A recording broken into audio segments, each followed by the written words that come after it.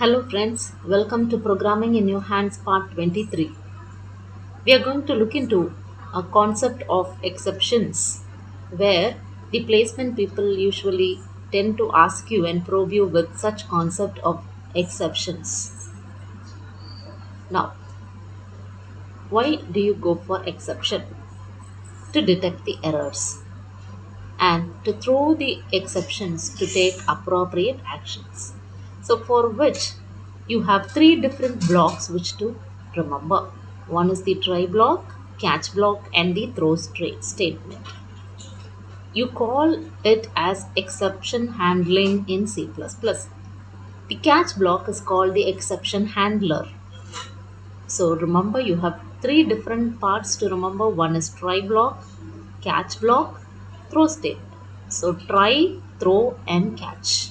Okay, fine. So now in exception, you know already the compiler comes to the main program. You have int x is equal to -1, C out before try. So now you are going to use the try function, try block. So C out inside try. So that will be printed as inside try. If x is less than 0, yes, in our case x is less than 0, throw x. So now once it throws, it automatically goes to the catch statement and you can see exception caught to be printed. So once it throws, it automatically comes over here and exception is caught, and after which whatever is in the next line will be printed because it comes out of the catch block. Okay, so you are going to try.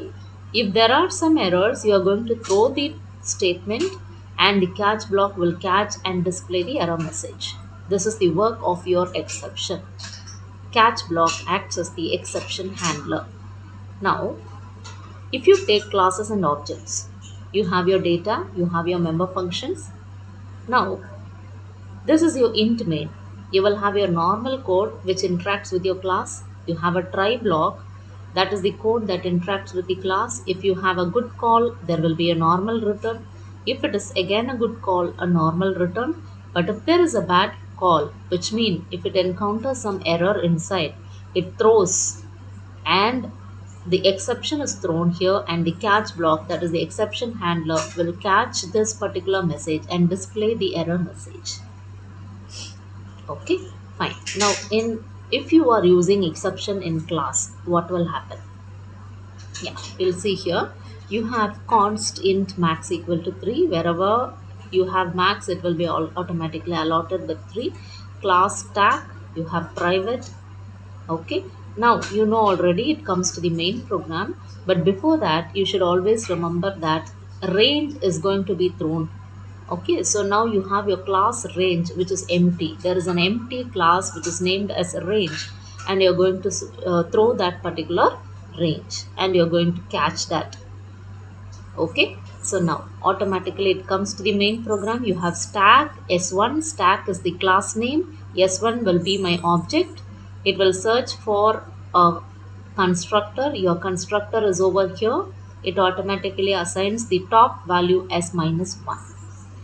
Now it goes into the try block. You have s1 dot push of 11. So it automatically comes to the push function, and with one argument, your VAR is assigned a value of 11. If top is greater than or equal to max minus 1, if minus 1 is greater than or equal to 2, in our case it is going to be false. If it is true, it will throw the error. If it is not, it comes out of this throw statement. And now you have st of this plus plus top, that is 0, is equal to this 11. So st of 0 will be equal to 11. It sees the closing bracket and it comes to the next line, s1 dot push of 22. Now again it comes to this particular function and it executes this. Similarly, s1 dot push of 33, it comes over here, it executes here. Now you have a comment over here. Suppose if it is not commented, s1 dot push of 44 is here. It comes over here, but if this condition becomes true, my top value is going to be greater than or equal to this max minus 1. In that case, what happens? Immediately it throws the error. So immediately the catch block catches the error and it will display an error message exception stack full or empty.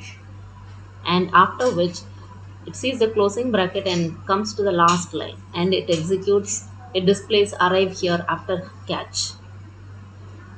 Since it is commented, it will automatically go to the next line s1.pop. So your 33 will be popped out. Okay, if top is less than 0, you have a condition throw range. Else return st of top minus minus. So whatever is last will be popped out first. So 33 will be popped out.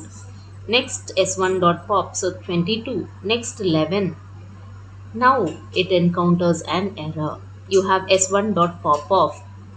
When it comes over here, this condition gets satisfied. My top value is less than 0. In that case, it throws an error message and it comes to the catch block. The catch block catches the error and it displays the error message, which is called as exception stack full or empty.